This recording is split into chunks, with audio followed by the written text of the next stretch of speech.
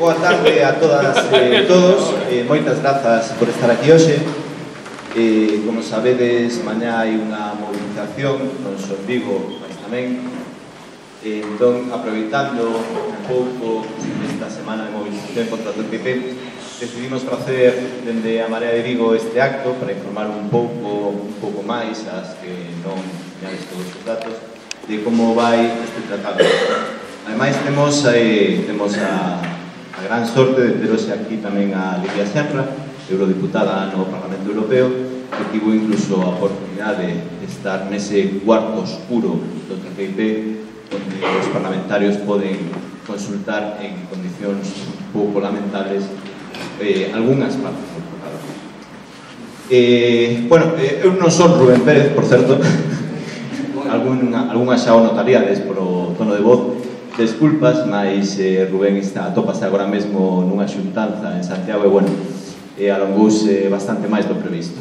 Entón, vou facer unha moi pequena introducción de como pode afectar este tratado o que son as políticas municipales, non? Algúns municipios do Estado xa se veñen declarando contrarios ao TTIP.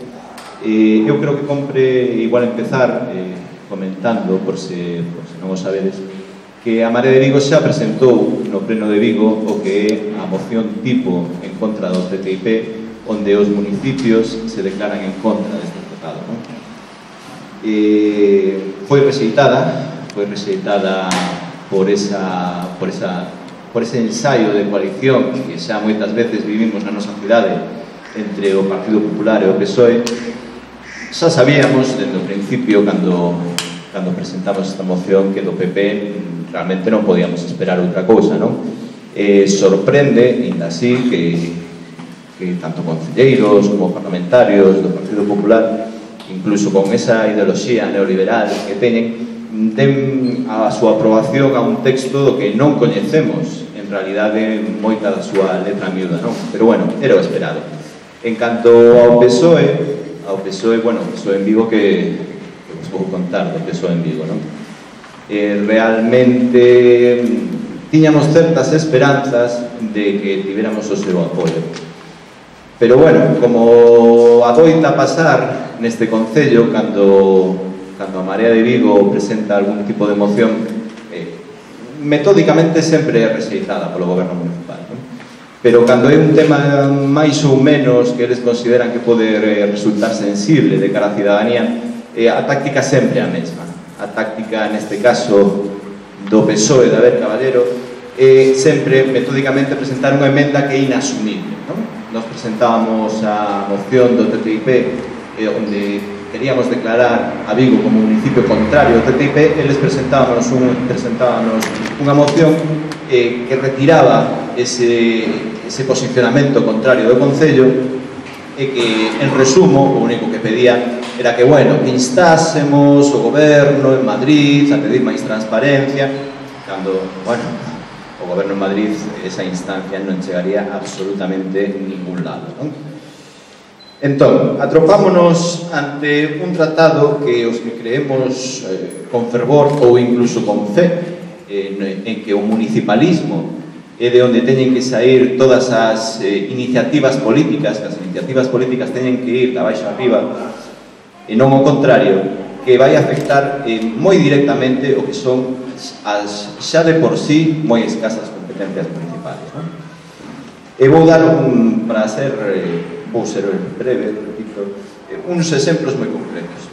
Por exemplo, a competencia municipal no que atende a ordenación, xestión e execución da disciplina urbanística, non? O famoso PEXón. E o famoso PEXón, como ben sabedes, que está anulado recentemente por unha sentencia judicial, que non me vou estender, pero que tiña entre os seus defectos un índice de construcción totalmente demencial, non? A proxección deste PEXón era de 120.000 vivendas no que é o horizonte do plan. Ben, imaginemos, para ter algo sólido o que agarrarnos, imaginemos que o señor Florentino Pérez, por poñer un exemplo, compra unha parcela en Navia, non? A súa empresa compra unha parcela en Navia. Entón, o Concello, nesa parcela, colle e pon unha edificabilidade concreta que neste caso era absolutamente salvaxe. Cae o pexón por unha sentencia judicial. Neste caso, cae por unha combinación de inutilidade do goberno municipal máis un oportunismo político que fixo retrasar eses trámites de aprobación. Pero eso non importa. O señor Florentino Pérez ten esa parcela en Navia onde quere construir e pode construirse unha legalidade vixente X vivendas e resulta que o pexón é anulado. Ben, pois aí temos, ni máis ni menos, que un exemplo de unha empresa que denuncia a unha administración pública por lucro cesante e vai gañar ese xuizo sen lugar a dúbidas.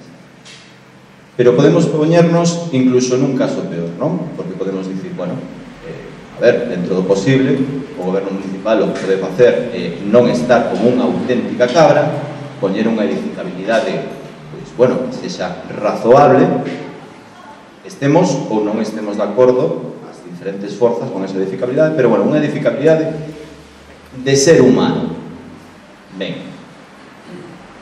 Bueno, nese caso, se o pexón non caera por unha sentenza judicial, efectivamente, esa edificabilidade fose, vamos a dicir, razoable, imaginemos que agora, de repente, a Marea de Vigo, dentro de 2 anos e medio, cando efectivamente cheguemos ao goberno municipal, sen lugar a dúbidas, decidimos que queremos cambiar ese pexón.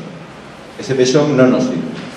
Non nos sirve, pois, por moitas cuestións que non teñen por que ter que ver concretamente coa edificabilidade, pero queremos cambiar ese modelo. Non queremos, por exemplo, perpetrar o atentado ecolóxico que suporía a Porto Cabral, queremos cambiar todo o modelo e basalo nun modelo de rehabilitación. Atopámonos exactamente no mesmo caso que no anterior. O sea, este tratado non é que simplemente blinde os intereses da empresa privada, senón que, ademais, perxudica calquer proceso de cambio que se queira facer dentro das institucións para cambiar as cousas. É un blindaxe da clase dominante para evitar calquer tipo de cambio. Outro exemplo concreto, protección do medio ambiente, por exemplo. No Concello de Vigo hai que dicir que o glifosato, por exemplo, non está sendo usado por cuestións de normativa laboral, non? Pero hai moitos concellos no que sí. De feito, hai unha proposta que chega dende Gondomar, dende un colectivo, para que na Deputación se presente unha moción para impedir o uso de glifosato na nosa provincia. Cando o TTIP chega a asinarse, entre en vigor, o que vai pasar é que as empresas que fabrican ese glifosato poden perfectamente denunciar ao Concello de Vigo por non estar usando os seus produtos e, unha vez máis, obter indemnizacións por lucro cesante das administracións públicas. O suministro de auga. Bueno, este é un dos grandes intereses das empresas agora mesmo. Nesta fase do capitalismo na que nos atopamos, unha fase na que xa entramos na acumulación por desposesión, cando o capitalismo xa non pode expandirse máis, atopámonos que queren entrar en todo o que non entraron antes. E, por suposto, a auga, que mellor negocio que a auga. E iso se me ocurre a sanidade, tal vez, pero que mellor negocio que ter controlado o suministro de auga. Pois o TTIP, ni máis ni menos, que vai a blindar a entrada de esas empresas privadas dentro deste negocio que vai supoñer a auga. Aquí, en Vigo, realmente temos a contradicción de que eso xa está aquí. Aquí xa o goberno de Abel Caballero privatiza todo o privatizable, exclusivamente defende os servicios públicos porque queremos socialismo. Pero os cortes de auga, por exemplo, que están sufrindo xa persoas en Vigo, vanse resolvendo de alguna maneira. Non é considerada ou non está blindada na regulamentación municipal como un dereito, que é o que é realmente. Pero é certo que vanse resolvendo. Unha vez unha persoa no noso concello ten un corte de auga por impago, É verdade que ten que empezar unha peregrinación infame, para facer valer o seu dereito á auga, tanto por servicios sociais, como por la propia empresa, como polo Concello, unha infamia e unha injustiza que non debemos tolerar. Pero, de verdade, que máis ou menos vais a resolver a situación. Cando entre o TTIP, estes cortes de auga van a estar protegidos por lei. A empresa que leve a auga vai cortarlle a auga a xente que non ten recursos e esas persoas non poderán facer nada. Estamos falando de veciñas e veciños de Vigo que por falta de recursos económicos non van ter auga na súa casa. E iso vai ser real. Isto é o TTIP. Non quero deprimir a ninguén,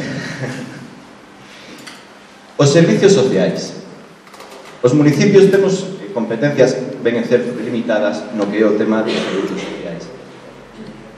Abel Caballero, unha vez máis, aquí privatiza incluso a pobreza. O albergue municipal está xestionado por unha empresa privada. Pero o que é o TTIP blinda incluso a entrada nos servicios primarios. É dicir, non é que a institución municipal teña liberdade para privatizar un servizo, e digo servizo moi entre comillas, que é o albergue, senón que o propio acceso a ese servizo será da empresa privada. Cales van a ser os criterios? Cales son os criterios dunha empresa privada a hora de xestionar un servizo? Home, todo o mundo temos claro, non? As empresas privadas non están aquí para prestar un servizo, un dereito, para axudar os ciudadanos, para axudar as persoas que precisam. Non. O beneficio, o lucro é o obxectivo da empresa privada. E o TTIP o que fai é blindar, nin máis nin menos, que todo ese lucro é facer que as administracións teñan que plegarse, que o cambio que moitas queremos non chegue a ser posible. E por isto que non é tema menor que nos mobilicemos, que informemos, pero sobre todo non só nestas charlas, porque aquí, máis ou menos, todas o sabemos, ven a parroquia de convencidos. É importante que no noso círculo, que nas nosas amizades, vayamos falando do TTIP, porque a realidade é que a ciudadanía non é aínda consciente mayoritariamente do que supón este tratado, porque non é un tratado de comercio, é un atentado e un ataque político ao ben da maioría. É blindar o lucro das clases dominantes. Eso é o que é o TTIP, nin máis nin menos. E bueno, pois xa dixen que iba a ser breve, ademais tive un pouco de tempo para parar. E ademais temos nin máis nin menos que aquí a dúas deputadas, a compañeiro Xavier. Vou ir pasando xa o micro. Ao final espero que haya non só unha rolda de preguntas, senón que poidamos chegar a establecer un diálogo, se queredes, entre todas e todos, e que mañá nos miremos nas calles de Vigo a 7 da tarde. Moitas gracias.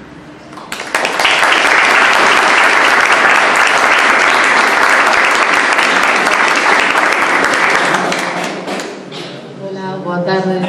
Bueno, antes de nada, moitas gracias por vir hoxe. É importante que teñamos a máxima información do que está pasando con estes tratados e sobre todo o que decía Chile, non? Que a espallemos, porque é importante que chegue ata o último sitio, porque o que estamos vendo por parte dos medios de comunicación é un absoluto silencio sobre o que está pasando respecto dos tratados. Só o único que se fala é que isto vai ser maravilloso, que nada máis se aprobe este tratado. Bueno, os medios de comunicación non paran de repetir que a Unión Europea vai medrar en torno aos 120.000 millóns de euros, que os salarios van a subir un 5%. No Estado español temos unha coalición propagandística entre a COE, o Instituto de Estudios Económicos, e a Cámara de Comercio, que sacaron un informe dicindo que pasados 3 anos pois iba a incrementarse a economía en 36.000 millóns de euros, que iban a crearse máis de 300.000 empregos, e isto é permanentemente o que escoitamos alrededor do TTIP. O resto é silencio, non? Entón, o primeiro que fai, cando miras isto, o primeiro que che fai pensar é que aquí fai falta unha proba de algodón, non? e así como te aproximas a ver que pasa realmente con este tratado, pois o primeiro que atopas é a falta de información e o absoluto oscurantismo co que se levou o desenvolvemento deste tratado. Nun primeiro momento toda a información foi, sigue sendo absolutamente oscura, non se pode transmitir esa información, pero ni siquiera os eurodiputados podían ter acceso a esa información. Agora poden entrar, pero ni siquiera poden coller os documentos, registralos, poder leválos para estudialos, e ademais non poden, teñen que cubrir un informe de confidencialidade e non poder decir nada do que len aí. Os propios representantes do povo se lles nega a capacidade de decirlle a xente a que están representando que é o que se está negociando aí dentro. Ademais deso, de todos os centros de reunións que se fixeron para sacar adiante o tratado, case o 90% fixéronse en reunións cos lobistas. Polo tanto, xa deixa entrever quen é realmente quen está detrás deste tratado. Ademais, pois vemos que si quen ten máis información sobre ese tratado son os lobistas e as empresas e non a cidadanía, pois intúese perfectamente cara onde vai. Ademais, outra das cuestións que inclúe ese tratado é que non se poderá sacar ninguna información a respecto dese tratado incluso ata que pasen 30 anos despois da aprobación do tratado. Por lo tanto, algo moi grave está pasando aí detrás que non nos queren permitir que a cidadanía saiba que é o que se está negociando. Por lo tanto, quedan dúas cousas claras despois deste primeiro achegamento, que eso apesta, e en segundo lugar, que aquí hai dous bandos, que aquí hai un bando que perde e un bando que gaña, un bando que ten que estar invisibilizado e sin capacidade de poder falar nin incidir sobre o que se vai decidir, e outro bando que ten que tomar as decisións sobre o que vai implicar eso nas nosas vidas. Esos dous suxeitos son as empresas transnacionais por un lado, que o que pretenden é directamente unha nova forma de gobernanza, porque ese tratado inclúe puntos nos que, por exemplo, inclúen un Consello de Cooperación Reguladora onde participen as empresas transnacionais para redactar os programas políticos, para facer a política sobre as nosas vidas. O sea, que as empresas sexan copartícipes da redacción dos programas. As empresas van a facer a política, non a cidadanía mediante os seus representantes. É un cambio da forma de gobernanza. Isto tamén vai na dirección de pisar o acelerador das políticas neoliberais co desmantelamento dos mecanismos de protección dos estados e do desmantelamento de calquera idea de soberanía popular. E quen perde, polo outro lado, son os traballadores e as traballadoras e tamén as pequenas e medianas empresas. Estamos falando de que xa non hai ningún mecanismo regulador nin que permita, ni siquiera unha mínima competencia dentro dun Estado, e que única e exclusivamente aquí que engaña son as grandes empresas transnacionais. E, polo tanto, estamos ante esa nova constitución dos dereitos das empresas transnacionais. Este documento vai nese sentido, de primar os intereses das transnacionais. E é unha das maiores transferencias de poder que se leva feito na historia, non? Que toda a soberanía non é un golpe nun Estado, é un golpe en múltiples Estados ao mesmo tempo. Estamos vivindo no Estado español un golpe de Estado co que está sucedendo na conformación de goberno clara, que vai tamén neste sentido de poder aprobar todas as políticas que veñen dende a Troika e aprobar este tipo de tratados. Pois estamos vivindo un golpe de Estado dentro do Estado español, pero tamén un golpe de multiestados en toda a Unión Europea vía este tratado. Principalmente no que vai afectar o tratado son os dereitos dos traballadores e das traballadoras, nas políticas de protección do medio ambiente, no que ten que ver coa idea de xustiza social que queda absolutamente desmantelada. Logo isto tamén interfire nunha lógica xeoestratégica. A vinculación dos Estados Unidos, de toda Norteamérica con Europa, para ser capaces de competir con outras potencias como China ou como Rusia, porque necesitan acompañar ese brazo armado que xa teñen, que non é máis que a outra, non? E polo tanto hai que entender tamén este movimento como unha forma de poder competir, e obviamente na forma que teñen para competir é desmantelando calquer tipo de protección do estado de benestar, desmantelando calquer tipo de límite, non? Para os traballadores, que teñamos que traballar en condicións moi precarias porque o capital hoxe en día xa non ten territorio, ten o territorio de onde se lle pague mellor. Entonces, só permitirán que crear empresas aquí, que as transnacionais se implanten nestes estados sempre cando degrademos os nosos salarios para poder competir, como decía, con China ou con Rusia.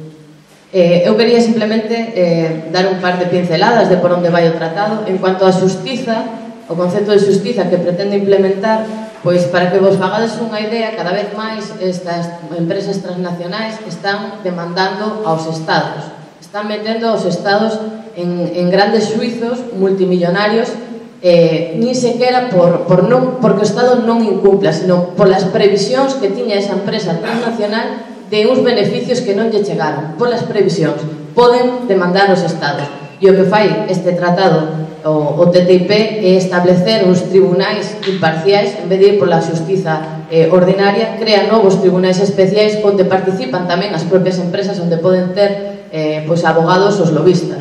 Eso quere dicir que estamos ante un modelo de xusticia de parte, onde xa ven o bacallao partido de antes, non? Temos exemplos claros. En Canadá agora mesmo están ante unha demanda por facer unha moratoria por paralizar o fracking. A empresa denunciounos por a pérdida dos supostos beneficios que lle tiña que estar dando. En Hamburgo tiveron que paralizar medidas de protección ambiental porque se enfrontaban tamén a unha demanda de unha empresa transnacional.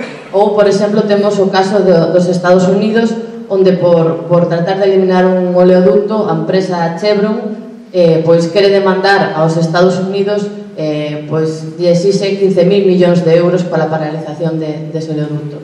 Polo tanto, non é ni tan siquiera que os propios estados, como poderíamos pensar que os Estados Unidos se pode beneficiar, non, que non interesa xa a idea de Estado, é o desmantelamento absoluto da idea de soberanía, porque no fondo eses 15.000 millóns van a sair dos petos dos traballadores americanos, quero dicir, perdemos os traballadores dunha e da outra parte. E logo, por exemplo, tamén van a ter en estados que estén en estado de emerxencia, como que está pasando nos povos do sur de Europa, unha gran mina de ouro de onde poder seguir asfixiando os estados. Por exemplo, en Grecia, pola incapacidade que teñen para pagar a débeda, os inversores están pedindo tamén esas indemnizaciones porque non lle paguen aos intereses a tempo. Polo tanto, utilizan xa un estado en crise para seguir afogando nesas privatizacións. Polo tanto, estamos ante a transformación dun modelo de mínima xustiza, non, que poderíamos ter en Europa, cara a un modelo onde se establece unha arquitectura da absoluta impunidade a nivel mundial, non? Logo, o seguinte modelo que tamén se establece aquí, o modelo medioambiental, absolutamente alleo que está pasando. Estamos ante unha crise enerxética, que temos que empezar a camiñar cara a outro modelo enerxético. Os recursos fósiles non son infinitos, son finitos, e cada vez temos que aceptar máis esta realidade, e todas esas medidas que se podían ter feito nos últimos 20 anos de camiñar cara a disminuir as emisións, desas medidas máis decrecentistas ou máis de respeto do medio ambiente, pois quedan absolutamente anuladas, porque o TTIP trae outra vez un modelo absolutamente fora da realidade material do que existe enerxéticamente, e propugna un modelo de continuar con ese crecemento sen límite, que obviamente non é real, simplemente é unha burbulla que se volve a crear, como está pasando co fracking, que non é máis que unha burbulla que xa está reventando, non? E polo tanto, o que fai é apostar outra vez polos recursos fósiles, vai seguir incrementando as contaminacións e non se vai camiñar nos obxectivos que se estaban marcando nos últimos anos de baixar esas emisións. Logo, o TTIP tamén pretende bloquear a soberanía enerxética, ten algunhas cláusulas que protexe aos inversores mediante demandas aos estados que non aposten polos recursos fósiles. Ou seja, se un estado quere apostar por las enerxías renovables, unha empresa transnacional pode denunciar ao Estado por non estar defendendo os intereses desa transnacional. O sea, estamos outra vez ante incapacidade, a esa perda de xustiza, de soberanía do propio Estado. Logo, en cuanto aos servicios básicos, eu vou dar unhas pinceladas porque logo os compañeros xa van a falar moito máis en profundidade. pois en cuanto aos servicios básicos se pretende o que o modelo neoliberal leva facendo os últimos anos, non? Que é facer de cada unha das nosas necesidades vitais, ver en cada unha desas necesidades como son a sanidade, a educación, pois un nicho onde facer negocio. E o que pretende é a continuar coa privatización que xa levamos vivindo sobre todo no sur de Europa estes últimos anos, de privatizar os servicios básicos, privatizar os recursos públicos como pode ser a auga, como xa dixo Chile, e camiña obviamente nese sentido. Logo, en cuanto, por exemplo, a que nos tocaría no caso galego, pois hai cousas que son claramente unha perda de capacidade de competitividade, non? Por exemplo, nos nosos sectores primarios temos certas medidas de protección, como poden ser as denominacións de orixen, que no fondo serven para poder competir en calidade e non na degradación de salarios. Pois o TTIP pretende o desmantelamento das denominacións de orixen. No fondo, o TTIP o que fai é a igualación pola baixa coa regulamento que teñen, coa regulación que teñen nos Estados Unidos, que é moito máis baixa, sobre todo en temas de medio ambiente ou de soberanía alimentar, de seguridade alimentar, é moitísimo máis baixa, e o que pretenden é que nós perdamos esa protección que temos dentro da Unión Europea para equipararnos aos Estados Unidos. Dentro dos Estados Unidos, por exemplo, os produtos non teñen denominación de origen, simplemente teñen un nome comercial. Eso significa que, por exemplo, o mexilón de aquí realmente pode levar ese nome un mexilón que ven de China e que se chame mexilón das Rías Baixas, porque non ten ningún tipo de protección. E isto que significa? Que a única forma que vamos a ter para competir é, como digo, en degradar salarios e ser capaces de competir con un produto que se pode producir con precios moito máis baixos noutra parte do mundo e que simplemente se etiquete co nome do produto de aquí. E isto pasa en absolutamente todo, non? No que ten que ver, por exemplo, coa regulación dos medicamentos.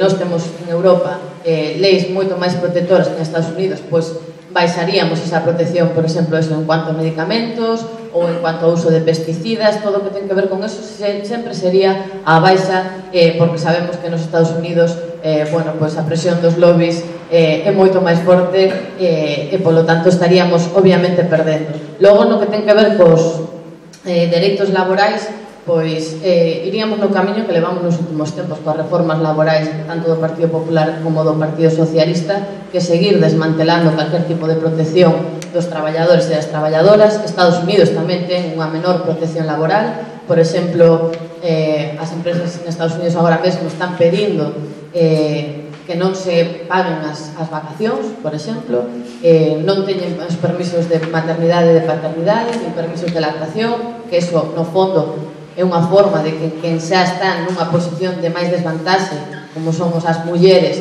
suframos máis a consecuencia deste tipo de tratados. Non teñen a negociación colectiva e vamos a tender para ese modelo, non?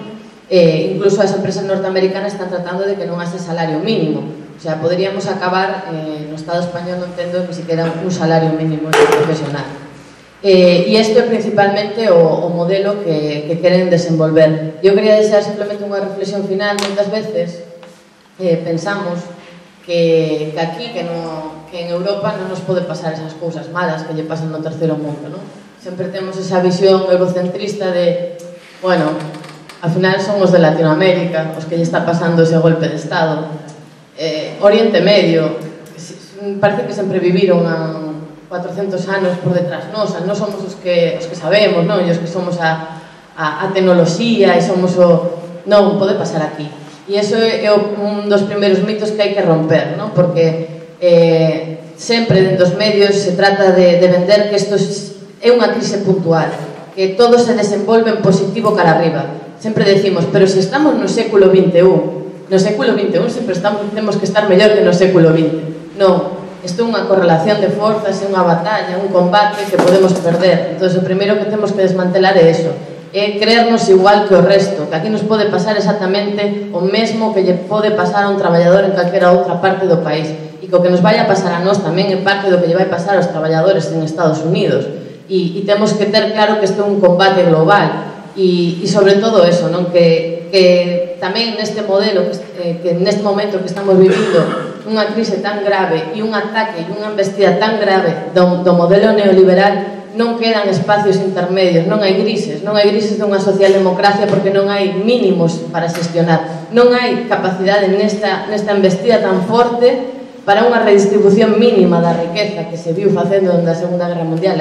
Podemos darlle un poquinho aos pobres. Non, isto é un combate de frente total, onde nos queren quitar todo, e entón é o todo ou a nada. E por iso creo que temos que ter claro que estamos ante eso, e estamos vendo tamén no que estamos vivindo, tanto na Unión Europea, onde o Partido Socialista está apoiando este tipo de medidas do TTIP, como que estamos vivindo no Estado español, que non é máis que a construción de dous bloques claros e que non hai alternativa. E xa deixo para o final que a única forma de facerlle fronte, efectivamente, hai que facelo tamén nas institucións, pero con esta perda de soberanía dos Estados, deixa claro que tamén a capacidade dos Estados para intervir vai ser cada vez menor, e temos que conseguir recuperar ese poder. É importante que o Estado funcione, que teña representación da soberanía popular, pero que só podemos conseguilo con movilización nas rúas, que ten que haber unha movilización que chegue dende aquí a Berlín ou a Detroit, que temos que poñernos nas rúas, e que é moi importante, sobre todo, que espallemos esta información, que a súa lógica é a da ocultación da información, a decir que todo vai ben, que isto é unha crise puntual, que isto nos vai vir ben a todos, pero que nos estamos xogando a vida, e que probablemente, se non facemos nada, a miña xeración non é que vivamos peor que os nosos pais, un poquinho máis abaixo, é que nos xogamos a vida, nos xogamos todo, e que temos que sair mañá ás rúas con forza.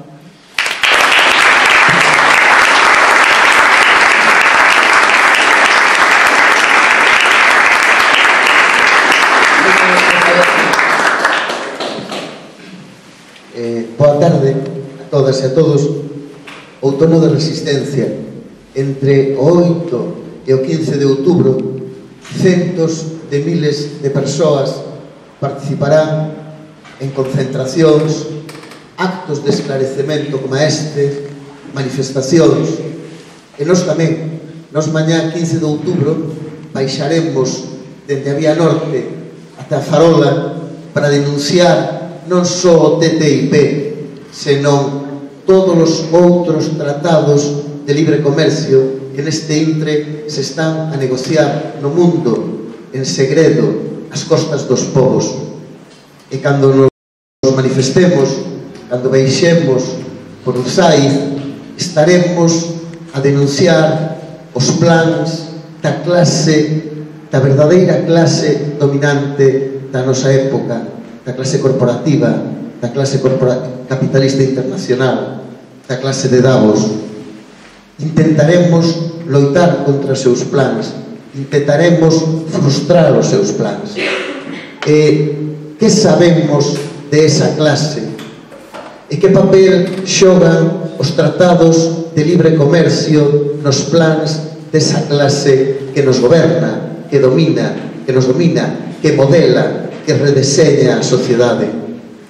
A clase corporativa internacional, a clase capitalista internacional, a clase de Davos é unha clase extraordinariamente minoritaria, formado por un grupo moi reducido de persoas extraordinariamente ricas. Esa clase está formada tamén polos máximos directivos das grandes empresas transnacionais.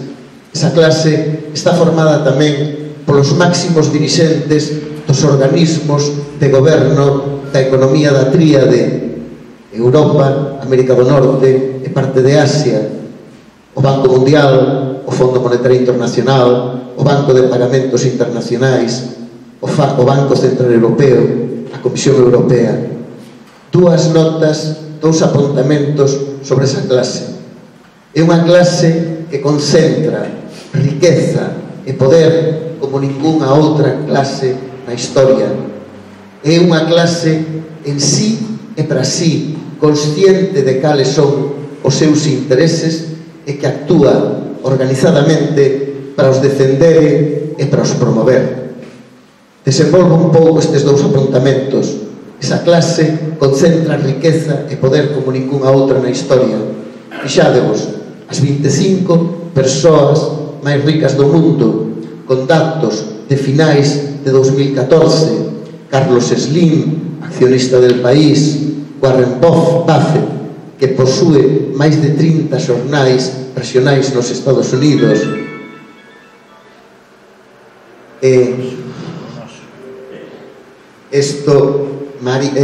Amancio Ortega, Bill Gates, as 25 persoas máis ricas do mundo, posúen un patrimonio equivalente ao Producto Interior Bruto de Andalucía, Cataluña, Madrid, País Valenciano e Galiza xuntos. Se estas 5 comunidades, das cales túas son nacións, formasen un Estado, xuntarían máis de 30 millóns de habitantes e serían un Estado cun alto nivel de renta por persoa. Deberían estar a traballar un ano enteiro e entregar todos os salarios, beneficios empresariais e impostos a só 25 persoas para constituir unha riqueza equiparable a que posúen. E estes son datos de finais de 2014. Se actualizásemos eses datos, o patrimonio desas 35 persoas superaría ampliamente o Producto Interior Bruto producido por 30 millóns de persoas. É unha clase que utiliza esa riqueza para acumular enormes cantidades de poder. Compra todos os medios de comunicación de masas, son todos seus. Compra os dirixentes dos partidos políticos conservadores e socialdemócratas. E, segundo estudos recentes, acumula unha capacidade de control da economía mundial como nunca se coñeceu na historia. Segundo un estudo de 3 autores, Vitali, Lacerda e Batistón, 737 grandes investidores, menos de 1000, controlarían a traverso dunha complexa rede de participacións cruzadas no capital o 80% do capital das 43.000 transnacionais máis importantes do mundo. Enorme concentración da riqueza, enorme concentración do poder. Pero ademais esa clase, como dicía, é unha clase en sí e para sí.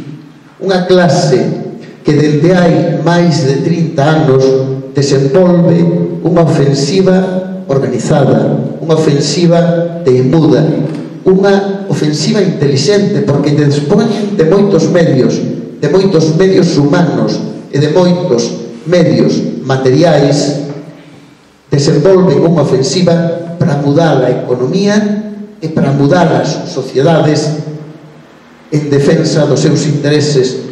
Podemos sinalar un fito. Comezan a súa ofensiva cos gobernos de Augusto Pinochet, Margaret Thatcher e Ronald Reagan. Quero dar un exemplo dunha das organizacións que articulan o poder desta clase. A Mesa Redonda Europea de Grandes Empresarios. Pertence a esa organización os presidentes executivos das 50 empresas máis grandes de Europa. Esta organización xogou un papel moi importante no deseño da Unión Europea e do Mercado Común Europeo, propondo, dende que comezou a crise, políticas de reforma e privatización dos sistemas de seguridade social, das pensións, do sistema sanitario e, por suposto, propondo políticas de flexibilización do mercado laboral. Pois volvemos topar esta organización, a Mesa Redonda Europea de Grandes Empresarios, volvemos a topar en relación co TTIP. En 2012, xunto coa súa homóloga estadounidense, a Mesa Redonda Empresarial estadounidense, publicaron un documento no que exixían unha ambiciosa alianza comercial e de investimentos entre a Unión Europea e os Estados Unidos. Menos dun ano máis tarde, Barack Obama realizaba o anuncio oficial do inicio das negociacións do TTIP. Que pretende esta clase? Fixádemos, entre o remate da Segunda Guerra Mundial e os anos 80, as clases traballadoras, a maioría social, a cidadanía, por razóns que agora sería un pouco longo de explicar, pero que seguro que tedes na cabeza, despois de grandes esforzos, conseguiron establecer nos países desenvolvidos un espazo onde podía parcialmente, só parcialmente, enfrontar o poder do capital. Desta maneira, segundo a correlación de forzas que se establecía en cada Estado, podíanse configurar dentro do capitalismo distintos modelos económicos e sociais.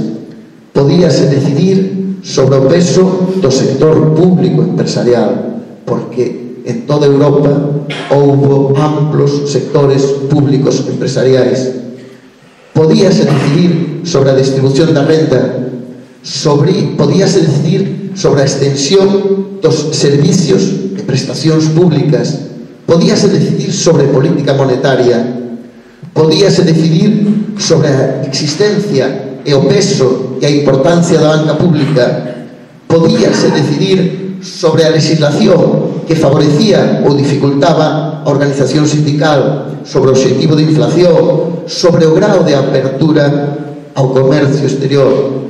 O obxectivo fundamental da clase capitalista internacional, da clase corporativa, é desposar os estados da súa soberanía, non para llela trasladar as nacións en estado, como podería ser o caso de Galiza, non para lle trasladar esa soberanía a novas institucións democráticas, como podería ser un Parlamento Europeo con real capacidade legislativa, senón para arrincarlle competencias, soberanía, poder aos Estados e para entregárllela a novas institucións supraestatais sen control democrático ningún. A Unión Europea actual é un bo exemplo de novas institucións supraestatais sen control democrático. O Banco Central Europeo é outro exemplo dunha institución supraestatal sobre a que as cidadás e os cidadáns non temos control ningún. Por certo, poder que utilizou para pôr deseollos o goberno grego. Os tratados de libre comercio, o TTIP, o CETA, o Tratado Transpacífico ou o TISA, que se está a negociar en segredo entre 50 países, son un elemento esencial da clase corporativa, nese intento da clase corporativa de valeirar de soberanía os estados para llela transferir a institucións liberadas de calquera control democrático. O TTIP deixará fora do control dos poderes democráticamente elexidos e en mans das transnacionais a seguridade alimentar, a regulamentación ambiental, as condicións laborais, as condicións de traballo, podendo poñer en cuestión, por exemplo, os convenios colectivos, os servizos e contratos públicos, a protección da privacidade e o goberno da banca, os seguros e as finanzas, entre outros asuntos de extraordinaria interese público. O TTIP, como os outros tratados de libre comercio que se están a negociar neste momento, ten tres grandes obxectivos. Primeiro, eliminar barreiras e regulamentos. Os poderes democráticos premidos polos movimentos sociais foron establecendo regulamentos máis ou menos estrictos en cuestións como medio ambiente, produtos tóxicos e químicos, relacións laborais, etc. Un dos obxectivos dos tratados de libre comercio é acabar con esas barreiras para que o desexo, a vontade e o poder das grandes transnacionais actúe libremente. O segundo obxectivo sería abrir novos espazos para a acumulación do capital, fundamentalmente privatizando servizos públicos, educación, sanidade, sistemas de pensións, mais tamén abrindo contratos que agora os poderes públicos pode asignar a proveedores locais as grandes transnacionais. E vou por un exemplo.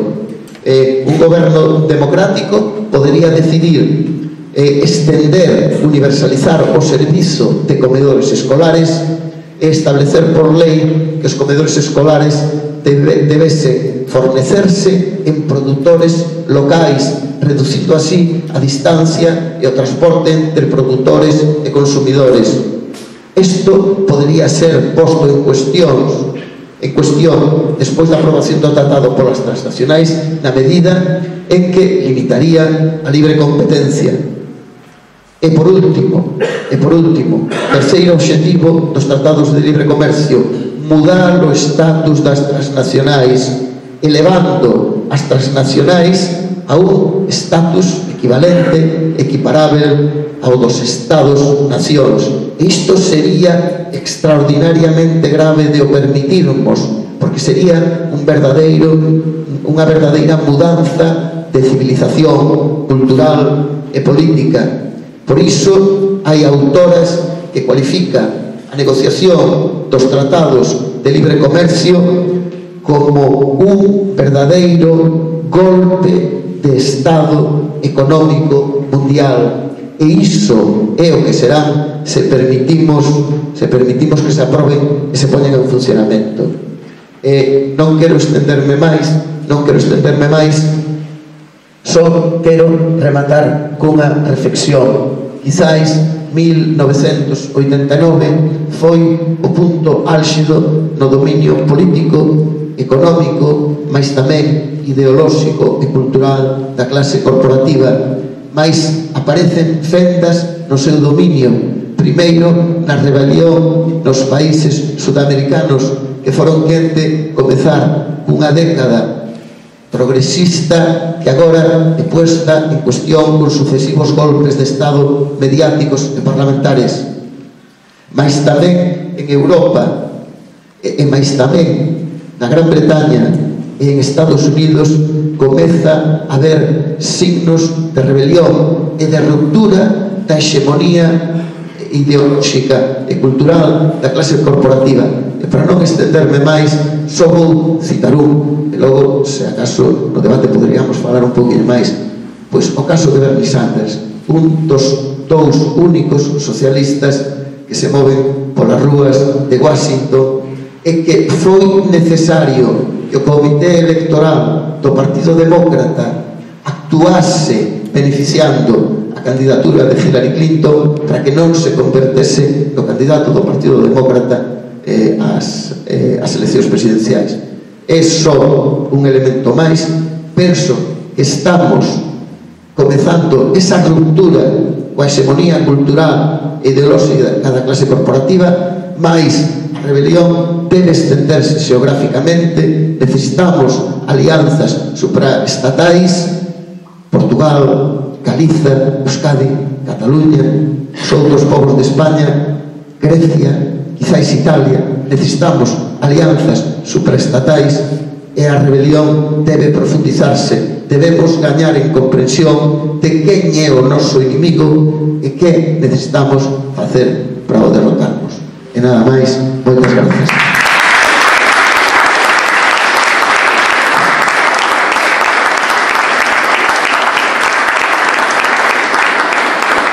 Paso do micro a Lidia Senra, a nosa representante no Parlamento Europeo. Pois, boa noite, moitas gracias por terme convidado a participar neste acto.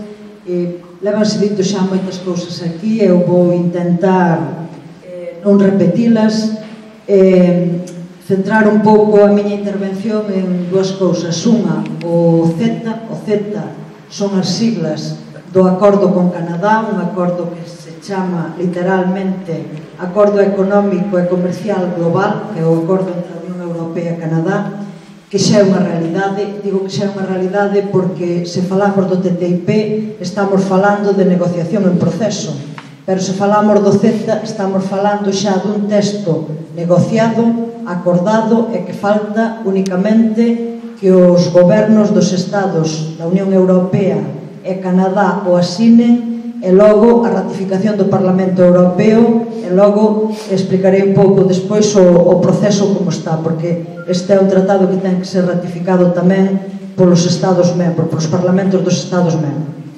Bueno, decir que o tratado con Canadá estuvo na sombra, como estaba o TTIP. O TTIP, desde máis ou menos un pouquiño antes de, hai 2 anos e pico, empezou a salir á luz, todo o mundo empezou a falar do TTIP, empezamos a coñecer filtracións, pero o CETA prácticamente non se soupo nada del, hasta ahora que está xa, pois, como digo, negociado, non? O acordo con Canadá, pois, permite verificar xa moitas das cousas que se dixeron aquí, con respecto aos impactos que se dixeron aquí con respecto ao CETA. O acordo con Canadá, ademais, eu non sei se vistes últimamente nos medios de comunicación que os representantes do goberno alemán e tamén do goberno francés están dicindo que o TTIP é un acordo xa fracasado, que está, bueno, que iso que non vai ir adiante. Pero, ollo, non nos deixemos engañar. Está detrás deso, está o acordo de Canadá, que si se ratifica, sí que vai ser tamén a porta de entrada das empresas de Canadá aquí. É dicir, sería un paso a través do cal logo se seguiría avanzando co TTIP.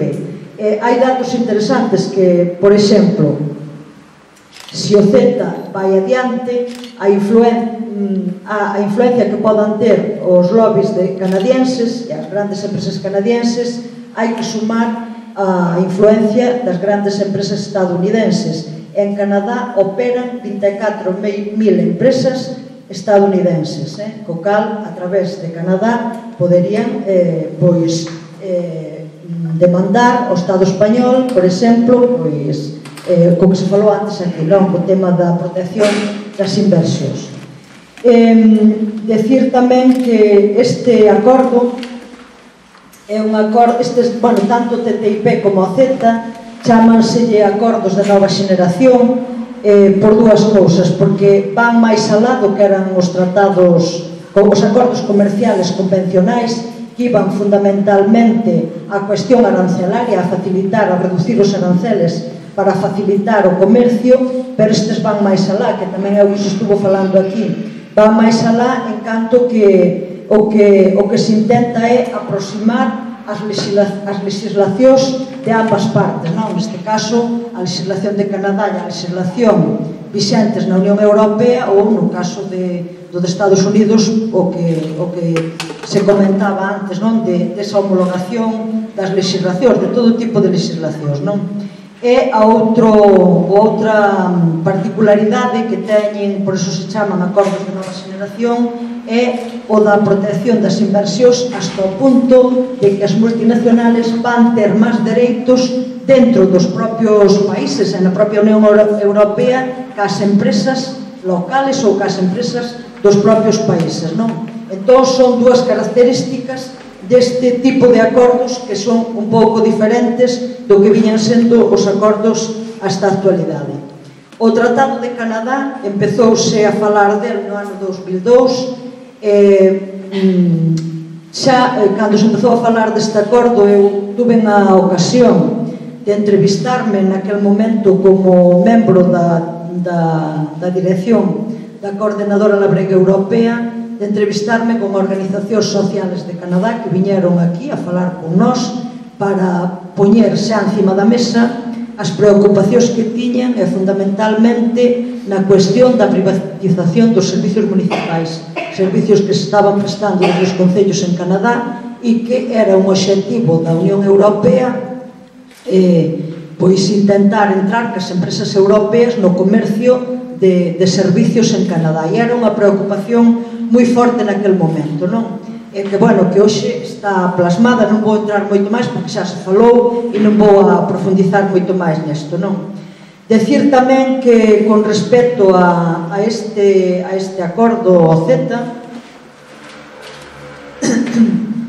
que tamén está plasmada esa voluntad de controlar os poderes públicos, non? De que controlar ou impedir que haxa a legislación que vaya en contra dos intereses das propias multinacionais, que antes xa se falou aquí, non? E, a ver, vou seguir, porque é un pouquiño, vadesme permitir, porque vou saltando as cousas que xa se comentaron, porque tampouco ten moito sentido, non?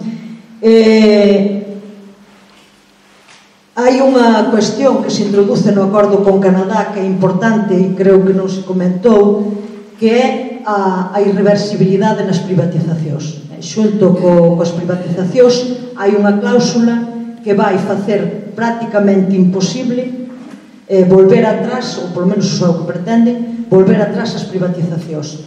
É a denominada cláusula de irreversibilidade da liberalización e que prevé que as partes, ou mellor, comprométense as partes, Canadá neste caso, e a Unión Europea, a manter sempre como mínimo o nivel máis alto de liberalización de mercado acadado. Co cal, quere decir que se están poñendo xa condicionantes para que o que se liberalice, calquera goberno que veña detrás e que queira volver esa privatización atrás dese servicio ou que sea, que teña moi complicado ou prácticamente imposible. O tema que se falou antes da contratación pública, a compra pública, eso tamén aparece clarísimo de que vai ser imposible que calquera goberno local, eso alguén antes o comentou como un exemplo, tú me parece, que poda comprar, por exemplo, aos produtores locales ou que poda, por exemplo, introducir nas cláusulas de contratación pois favorecer a incorporación das mulleres ou facer medidas de acción positiva para favorecer contratacións que apoyen socialmente, ou que melloren socialmente a situación dun concello ou dunha determinada capa da poboación. Eso son cousas que van quedar prácticamente imposibilitadas de facer co acordo que hai firmado. Antes falábase da protección e Alexandra citou algúns exemplos de demandas que hai, non? E aquí, por exemplo, xa é unha cousa que ten moito que ver con Galiza e ten moito que ver ca situación que estamos vivindo aquí, por exemplo, coa minería, non? Vos sabedes que a través da presión, por exemplo, en Corcoesto conseguiu separar a mina, non? Está ali, estou vendo ali a Braulio, conseguiu separar a mina, non? Non sei se vistes nos medios de comunicación que a empresa intenta demandar a España por lo que ela considera que perde por esa paralización da mina.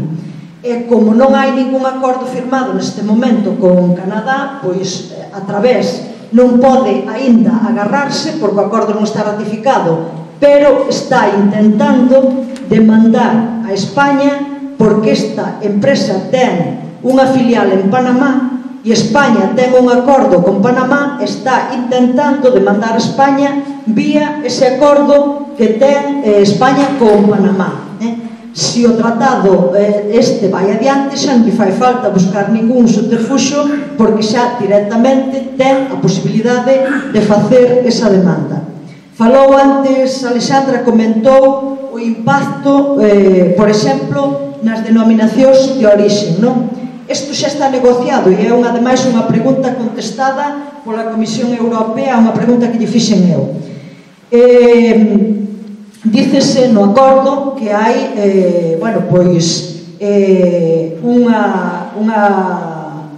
que se incluyen cláusulas para protexer as denominacións de orixe.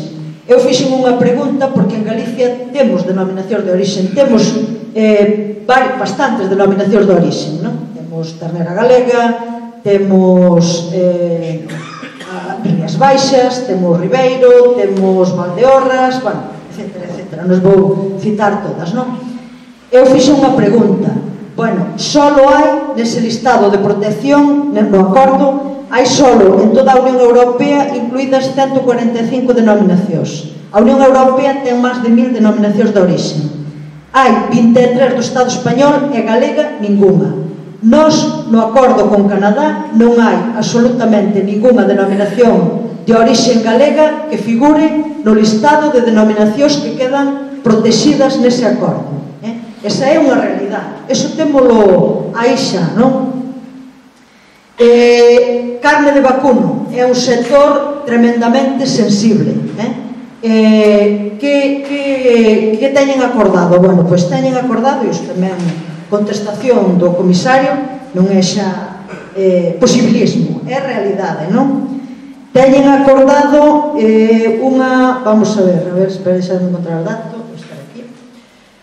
Teñen acordado unha importación anual equivalente ao 0,6% do total anual da produción e do consumo, de todo o consumo e de toda a produción de carne na Unión Europea. Isto para nós e para as zonas de montaña e para as pequenas e medianas explotacións de vacuno de carne en toda a Unión Europea letal. O sector de carne de vacuno está xa nun nivel moi crítico e neste momento sobrevive gracias ás axudas da PAC que foron establecidas por a baixa dos precios e que non compensan a baixa dos precios da carne ao produtor. Claro, se un sector que xa está nun nivel de precios tan baixo e, por outro lado, un sector somos autosuficientes, se metemos o equivalente ao 0,6% do noso consumo interno, vai ter un impacto tremendamente negativo nas pequenas e medianas explotacións. E para Galicia é tremendo porque as zonas de montaña, as áreas máis desfavorecidas do país, sobreviven neste momento gracias a que hai unha actividade económica de produción de carne de vacuno. Entón, eso para nós é tremendo. Pero, ademais, é un sinsentido, porque na contestación que me dá o comisario á pregunta que lle fago con respecto ao vacuno de carne, dime, bueno, a Comisión vai respaldar as exportacións da Unión Europea e a diversificación das salidas comerciales, aumentando considerablemente o orzamento destinado ás medidas de promoción. A ver, isto non ten sentido ningún. Non ten sentido ningún negociar un acordo que vai importar carne para aquí e ao mesmo tempo estar poñendo diñeiro público para exportar carne nós para outras partes do mundo. Claro, aquí, que sentido ten isto? O negocio das grandes empresas que se dedican á agroexportación. Esas son as que se van levar o gato á auga e, ademais, diñeiro público para facer promoción. Ademais, diñeiro público para facer promoción noutros países do mundo, caso a vez arruinaremos o mercado dos pequenos produtores noutros países do mundo. Entón, este é un pouco o sinsentido destes acordos, non? A parte de todo outro que falamos de privatizacións e demais.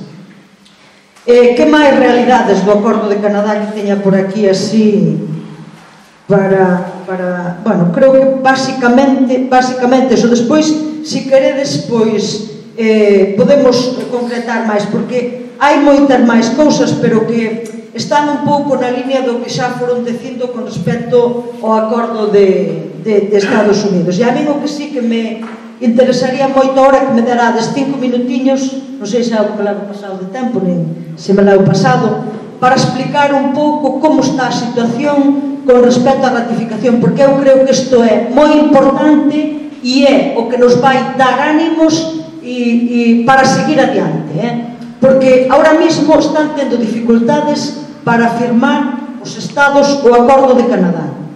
Por qué? Porque está habendo grandes movilizacións, que hai estados da Unión Europea que non as teñen todas consigo. Por exemplo, Austria. O máis do 90% da militancia do Partido Socialista Austríaco pronúnciase en contra de que se ratifique ou de que Austria apoie ou ratifique o acordo con Canadá.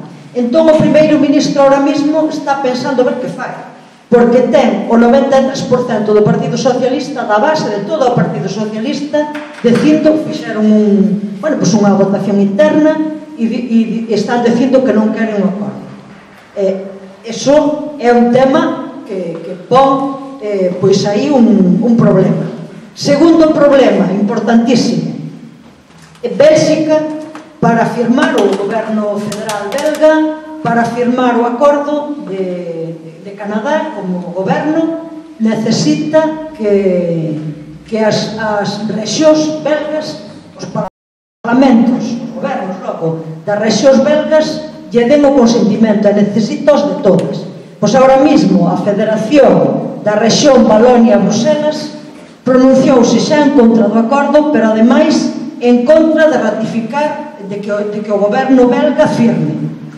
E ademais non é só unha maioría do Parlamento, son tamén os partidos que sosteñen o goberno desta rexión, co cual é de supoñer que o goberno oia, escoite a decisión do Parlamento e non lle dé a Bélxica o poder para firmar o acordo.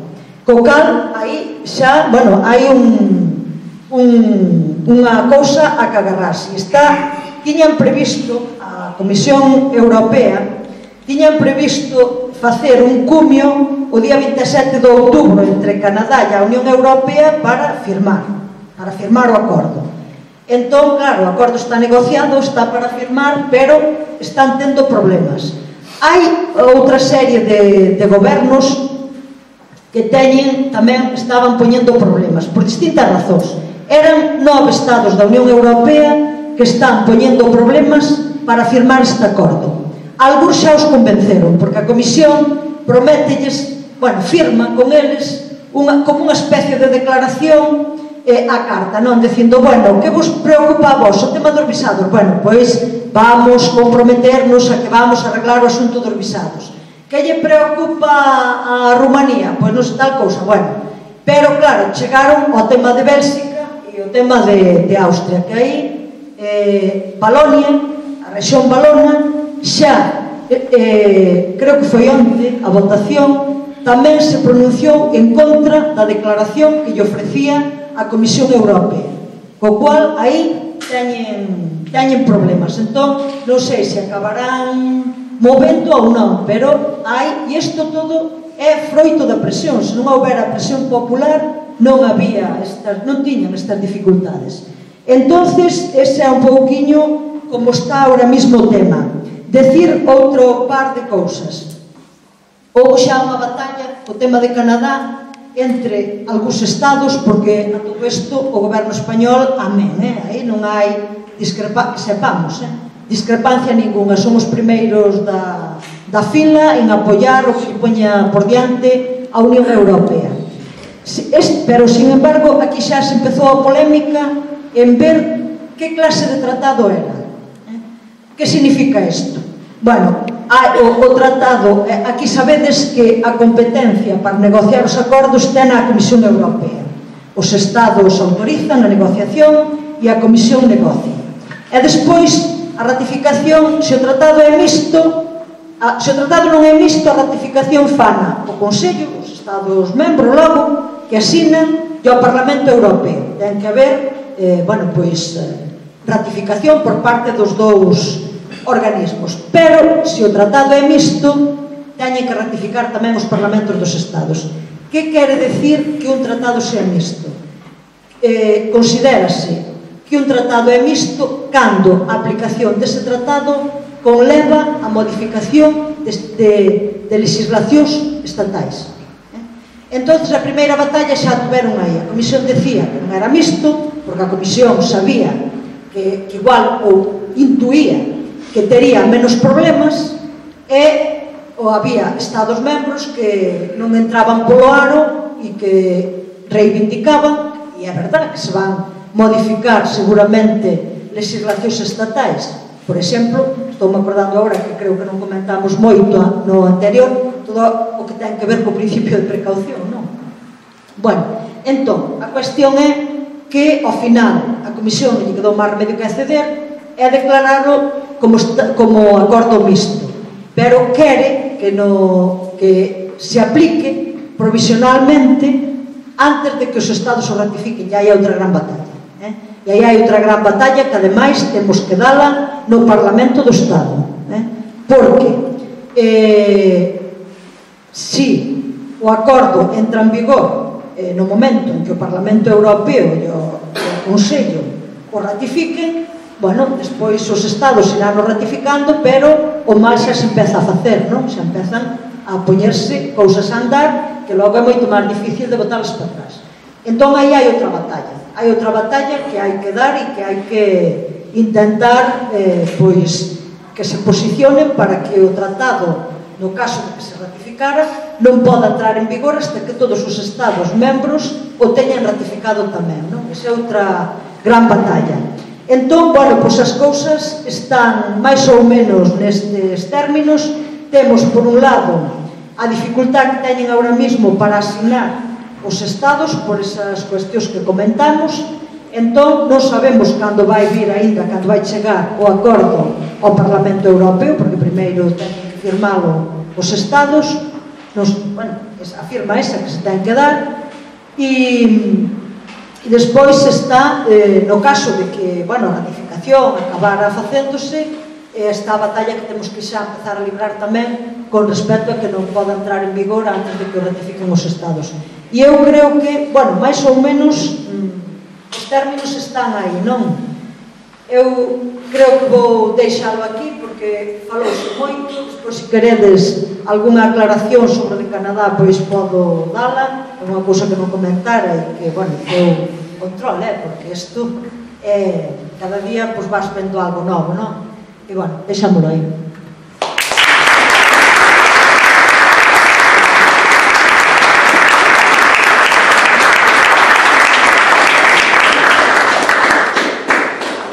Agora, se vos parece, abrimos unha quenda de preguntas. Alguén máis? Non? Eu estou clarísimo.